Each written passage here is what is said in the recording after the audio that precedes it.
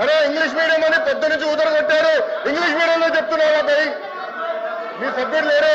English medium గురించి ఊదరగొట్టారు కదా పొద్దున. మళ్ళీ ఇంగ్లీష్ మీడియం చదవలేరా? అరే పొద్దున ఇంగ్లీష్ మీడియం అన్నారు. అరే ఇంగ్లీష్ లో చెప్తే భయపడతారు. ఏ భాషలో చెప్పాలి బాబాయ్? గవర్నర్ గారు చదివింది ఇంగ్లీష్ లో. మీరందరూ బైకాట్ చేయకుండా కూర్చుని ఉంటే బాగుండేది. అరే అది కాదు భయ్, ఇంగ్లీష్ మీడియం చదవకూడదా? ఇంగ్లీష్ లో ఉందని చెప్పకూడదా? అరే మీరే ఇంగ్లీష్ మీడియం అని పెద్ద ఊదర కొట్టారు. నేను స్పీచ్ ప్రిపరేషన్ వెళ్ళినప్పుడు ఒక సబ్మిట్ చేసి ఇంగ్లీష్ మీడియం ఎత్తేస్తున్నాను కూడా మాట్లాడారు.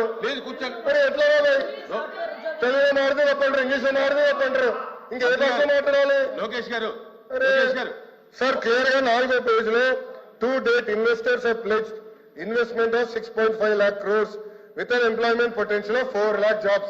అధ్యక్ష ఇది మా పార్టీ విధానం, ఇది ప్రభుత్వ నినాదం. క్లియర్ గా చెప్పాం అధ్యక్ష. గవర్నర్ గారు కూడా ఇది చదివారు అధ్యక్ష. దయచేసి మేడం గారు గుర్తుపెట్టుకోవాల్సిందిగా కోరుతున్నాం. తెలుగులో ఏమన్నా మిస్టేక్ పడిందని చూడండి.